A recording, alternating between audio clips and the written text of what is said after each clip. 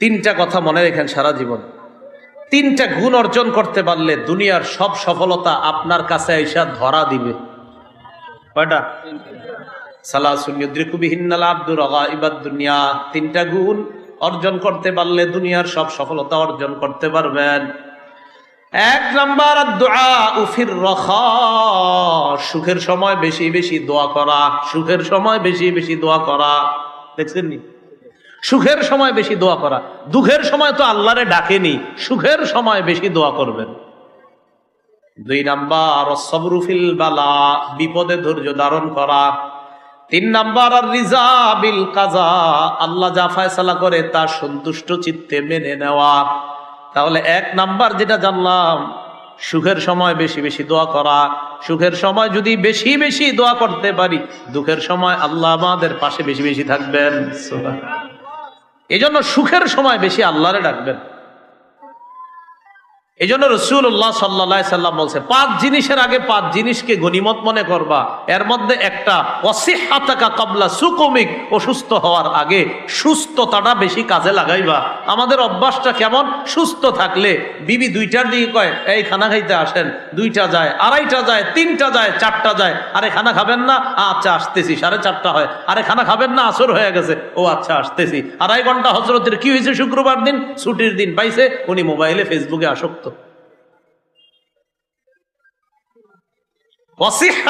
সুস্থতা এটা গনিমত মনে করো। কি শিখলাম? সুলাইমান নবী নেয়ামত পাইয়া যিনি দিলেন তারে কি আগের চেয়ে কম ডাকতেছেন, আরো বেশি ডাকতেছে? তাহলে আমরা নেয়ামত পাওয়ার পর যিনি নেয়ামত দান করলেন তার আলোচনাটা আরো বাড়ায়া দিব। সত্যি করে কন্ত, দুনিয়ার কেউ যখন আপনারে কোনো গিফট করে, হাদিয়া দেয়, উপহার দেয়, তার নামটা কম কর না বেশি কর? আর কয়েন না, আমার যাও বুগার করছে উনি এতবার কর। যে রব আমারে আপনারে দিছে, সে রব রেখে একটু বলতে পারলেন না? দুনিয়ার একটা মানুষ উপহার দিলে তারে কতবার কই, জানেন না অনেক ভালো মানুষ, আরে এত ভালো হয় না। আমার রব ওনারে এত ভালো বলতেছি আমি, আমারে আপনারে যে আল্লাহ 2টা চোখ এখনো রাখছে, আরেকজনের মতো এক চোখ যে নেওয়া যায় নাই, সে রব রেখে একটাবার ডাকার সুযোগ হলো না আপনার? এটাই বলতেছে। একটু নিজের শরীরটা দেরি তাকায়া বলবেন, শরীরটার দিকেও তাকাইবেন, আলহামদুলিল্লাহ আল্লাহ আমারে এখনো সুস্থ রাখছে। রাসূলুল্লাহ সাল্লাল্লাহু আলাইহি সাল্লাম বলে, মিয়া দুনিয়াতে যদি 3টা জিনিস পাও তাহলে মনে করবা তুমি সুখী মানুষ। কি তুমি এত চিন্তা করো? তুমি ঘুমাইলা, সকালবেলা উঠলা, ওঠার পর তুমি বিবিরে জিজ্ঞাসা করবা। কি জিজ্ঞাসা করার আগে তুমি দেখবা, 1 নাম্বার তুমি সুস্থ আসনি পরিবার নিয়ে তুমি সুস্থ আছো কিনা 1 নাম্বার। যদি দেখো তুমি পরিবার নিয়ে সুস্থ আছো, মাশাআল্লাহ। 2 নাম্বার মুআফান ফি জাসাদি, পরিবারের সবাইও সুস্থ আছে, তোমার শরীরটাও সুস্থ আছে। তাহলে পরিবারের মানুষগুলো ভালো আছে, আমিও ভালো আছি। 3, সকালে উঠে বিবিরে জিগাইবা, আজকে একদিনের খাবার আছে? তো বিবি হ্যাঁ আলহামদুলিল্লাহ, চাল ডাল গোস্ত সব আছে একদিনের। রাসূল বলে ফাকান্নামা হিজাত লাহুদ দুনিয়া, আরে তোমারে তো পুরা দুনিয়ার সব নিয়ামত আল্লাহ দিয়ে দিচ্ছে। একদিনের খাদ্য আছে আর তুমি সুস্থ আছো, পরিবারের মানুষগুলো ভালো আছে। নবী কয়, আরে মিয়া তুমিই তো সবচেয়ে সুখী মানুষ। তাহলে নেয়ামত পাওয়ার পর বলেন তো সবাই, যিনি নেয়ামত দিয়েছেন তিনি কে? তার নামটা আগের চেয়ে আরো বেশি স্মরণ করব। ঠিক আছে না ইনশাআল্লাহ? কোরআনের কথাগুলা কার? বলেন না কার? আল্লাহ। এই যে সুলাইমান নবী আল্লাহর কাছে দোয়া করলেন আর আল্লাহ কথাগুলা বললেন, এগুলো কোরআনের আয়াত না? এই যে আমি এখন কোরআনের আয়াত পড়তেছি না, বলেন পড়তেছি না? আচ্ছা, মানুষ যখন কোনো বই লেখে, লেখার পর তার বইটা যদি অন্য কেউ পড়ে পাশে বইসা, আমার বই লেখা বই হে পড়লো, ভাল লাগে না অনেক যে আমারটা পড়তেছে? এবার ভাবেন তো, আল্লাহর কালাম যখন আমি আপনি পড়ি, আল্লাহ কত খুশি হয়। হ্যাঁ, মুস্তাকুর নবী সব কথাটা বলছে, সুন্দর কথা। এবার আল্লাহ পাক রব্বুল আলামিন বলেন, وَتَفَقَّدَ الطَّيْرَ فَقَالَ مَا لِيَ لَا أَرَى الْهُدْهُدَ أَمْ كَانَ مِنَ الْغَائِبِينَ। কাফেলা নিয়ে সুলাইমান নবী যায়, যাইতে যাইতে হঠাৎ এক জায়গায় আল্লাহ নবী সুলাইমান যাত্রা বিরতি দেয়। দেওয়ার পর সুলাইমান নবীর পানির প্রয়োজন, পানির দায়িত্বে যেই পাখিটা, ওই পাখির নাম হুদহুদ। কি নাম? আব্দুল্লাহ ইবনে আব্বাস বলেন, এই হুদহুদ পাখিকে এমন বৈশিষ্ট্য আল্লাহ দান করেছেন, পাখি যখন উপরে থাকে দুনিয়ার এই আলো বাতাসের মধ্যে, তার সামনের বিপদগুলা তার চোখে তেমন পড়ে না। তবে মাটির নিচে পানি কোথায় আছে না আছে, মাটির উপর থেকে বলে দেওয়ার ক্ষমতা আল্লাহ তাকে দিয়ে দিস। বুঝেননি? মাটির নিচে কি আছে ওই পাখি বলতে পারে, আল্লাহ এই যোগ্যতা দিছে, কিন্তু উপরে কোনো বিপদ আপদ এটা বেশি বলতে পারতো না। অথচ মাটি এইভাবে দেখেন, মাটি এইভাবে, আর মাটির নিচে পানি আছে কিনা হুদহুদ পাখি বলে দিত। সুলাইমান নবী, এখানে পানি আছে, এখানে কাজ টাজ নেন, জিনদেরকে নিয়ে বা যাদেরকে কাজে লাগান তাদেরকে দিয়ে এখানে আপনি গর্ত করেন, এখানে পানি পাবেন, আমি দেখছি এখানে পানি আছে। হুদহুদ পাখিকে আল্লাহ এই যোগ্যতা দান করছে। এক জায়গায় গেছে, পানি দরকার, তো পানির দায়িত্বে কে আছে? হুদহুদ। কোথায় হুদহুদ? তাফাক্কাদাত তাইর, হুদহুদকে খুঁজছে। ওয়া তাফাক্কাদাত তাইর, পাখি তালাশ করছেন। ফাকালা, বললেন, মালিয়া, কি হলো আমার? লা আরাল হুদহুদ, হুদহুদকে দেখছি না কেন? আম কানা মিনাল গায়িবিন, হুদহুদ কি গায়েবদের অন্তর্ভুক্ত হয়ে গেছে, অর্থাৎ যারা এখানে উপস্থিত নাই তাদের অন্তর্ভুক্ত হয়ে? হুদহুদ কোথায়? এখানে নাই। সুলাইমান নবী সাথে সাথে যখন বুঝতে পারলো হুদহুদ এখানে নাই, তিনি বললেন, লা উআযযিবান্নাহু আযাবান শাদীদা, হুদহুদকে ভয়ঙ্কর শাস্তি দিমু। আও লা আযবাহান্নাহু, অথবা হুদহুদকে জবাই করে ফেলবো। আও লা ইয়াতিয়ান্নি বিসুলতানিম মুবিন, অথবা হুদহুদ নির্দিষ্ট কোনো প্রমাণ আমার কাছে উপস্থিত করবে। তিনটা অপশন, হয় তাকে কঠিন শাস্তি দিব, 2 নাম্বার না হয় তারে জবাই করব, 3 নাম্বার বাঁচার অপশন, সে যখন আমার সামনে আসবে নির্দিষ্ট কোনো প্রমাণ পেশ করতে হবে যে আমি এই কারণে ছিলাম না। গ্রহণযোগ্য যদি তার কোনো ওই প্রমাণাদি হয় তাহলে তাকে হয়তো জবাই করব না, তাকে শাস্তি দিব না। কিন্তু গ্রহণযোগ্য নির্ভরযোগ্য প্রমাণ পেশ করতে না পারলে হয়তো তাকে জবাই করব, না হয় তাকে হত্যা করব। বুঝে আসছেন?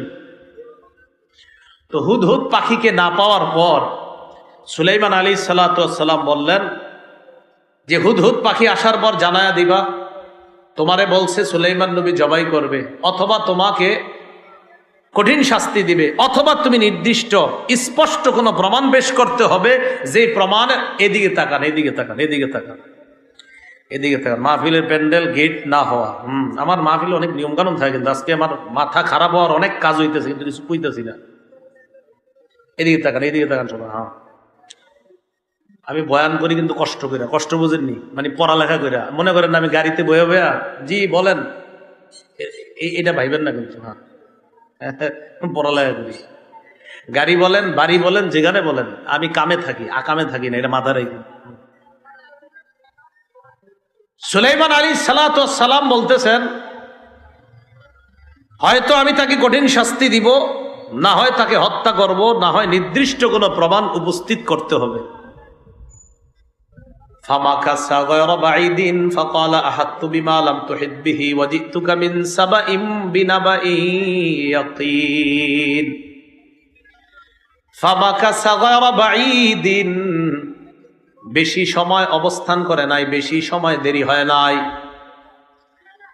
হুদহুদ পাখি যখন আসছে, আসার পর উপরে উঠতে থাকার সময় অন্য পাখি দুস্তদের সাথে যখন দেখা হয়, পাখিরা জানায় দেয়, খবর আছে,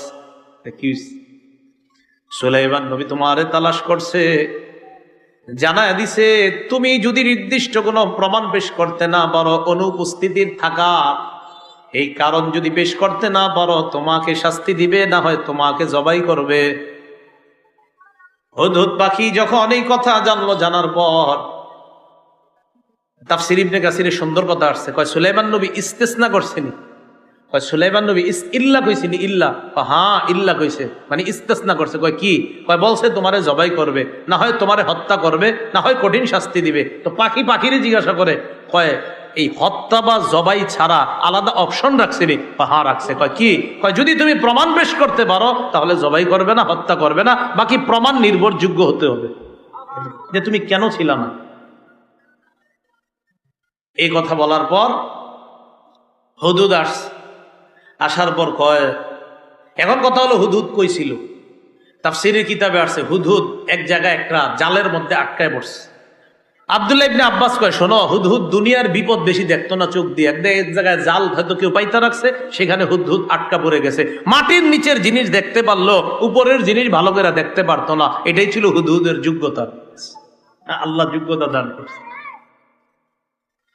তো যাই হোক, হুদহুদ ছুইটা সুলাইমান নবীর কাছে আসছে। আসার পর আস্তে আস্তে কিছু ঘটনা দেখে আসছে। আইসা সুলাইমান নবীরে কয়, যা দেখে আসছি। কও কি হইছে? কও। আহাত্তু বিমা লাম তুহিত বিহি, এমন জ্ঞান আমি অর্জন করে আসছি যেটা আপনিও জানেন না। কি সেটা? অজিতুকা, আমি আপনার কাছে আসছি। বিনাবাইন বিসাব, অজিতুকা মিন সাবাইন, আমি সাবা গোত্র থেকে আসছি। বিনাবাইন ইয়াকিন, নিশ্চিত একটা সংবাদ নিয়ে আসছি। সাবা হলো ইয়ামানের একটা এলাকা। কোন দেশের? আসলে ইয়ামানের কোনো এলাকার নাম সাবা ছিল না। ইয়ামানের একটা এলাকায় একদল মানুষ বসবাস করত, যাদেরকে সাবাই বলা হতো। তারা ওখানে থাকার কারণে ওই তাদের নাম অনুসরণে এলাকার নাম হয়ে গেছে সাবা। কি হয়ে গেছে? সাবা। এই সাবা নামক এলাকা থেকে আমি আসছি নিশ্চিত একটা সংবাদ নিয়ে। কি সংবাদ? ইন্নী ওয়াজাদতু ইমরাআতান তামলিকুহুম ওয়া উতিয়াত মিন কুল্লি শাইইন ওয়া লাহা আরশুন আযীম। সাবা গোত্রের মধ্যে আমি একজন নারীকে পাইলাম, যে নারী তামলিকুহুম, ওই সাবা গোত্রের উপর রাজত্ব চালায়। আমার জানা মতে আপনি তো রাজত্বের অধিকারী। তাফসীর কারকরাও লেখেন ওই সাবা এলাকাটাও সুলাইমান নবীর রাজত্বেই ছিল, কিন্তু ওনার অজান্তে একদল মানুষের উপর একজন নারী ক্ষমতা চালানো শুরু করছে। ওয়া উতিয়াত মিন কুল্লি শাই, এই নারী সাধারণ কোন নারী না, তাকে সব রকমের জিনিস দেওয়া হয়েছে, মানে সব ক্ষমতা আছে তার, মোটামুটি পাওয়ার আছে। ওয়ালাহা আরশুন আযীম, তার বিরাট একটা সিংহাসন আছে। আজিম বলেন কি? আজিম গুণটা কার জানেননি? আল্লাহর। বলেন আজিম গুণ কার? এই আল্লাহ রানীর সিংহাসনের শেষে আজিম বলছে, তার মানে সিংহাসন কত বড় বুঝেন নাই মনে হয়। রানীর সিংহাসনকে আল্লাহ আজিম বলছে। আল্লাহ আজিম নিজের জন্য ব্যবহার করে, সে আজিমকে বলছে, রানীর সিংহাসনকে বলছে আজিম। তো এতেই বোঝা যায় সিংহাসনটা কত বড় হতে পারে। সিংহাসনটা যেই প্রাসাদের মধ্যে থাকতো, সেই প্রাসাদটা অনেক বড় ছিল। এই প্রাসাদের পূর্ব পাশে 300 জানালা ছিল। পশ্চিম পাশে ছিল 360টি জানালা। এই প্রাসাদের উপর থাকতো সিংহাসনটা। প্রাসাদের আজীব এক সিস্টেম ছিল। সূর্য একদিক দিয়ে উঠতো, আরেক দিক দিয়ে ডুবে, অর্থাৎ সূর্য ওঠে পূর্ব দিক দিয়া, ডুবে কোন দিকে? পশ্চিম। কিন্তু এমন আজীব সিস্টেমের সূর্যটা উঠতো আর ডুবতো যে সূর্য উঠা থেকে ডুবা পর্যন্ত ওই প্রাসাদের মধ্যে সূর্যের আলো উঠার সময়ও ঢুকতো, আবার ডুবার সময় ওখানে আলো দিত ওই ঘরটার মধ্যে। আর ওই সূর্যের পূজা করত রানী সহ এলাকার সবাই। নাউজুবিল্লাহ পড়েন।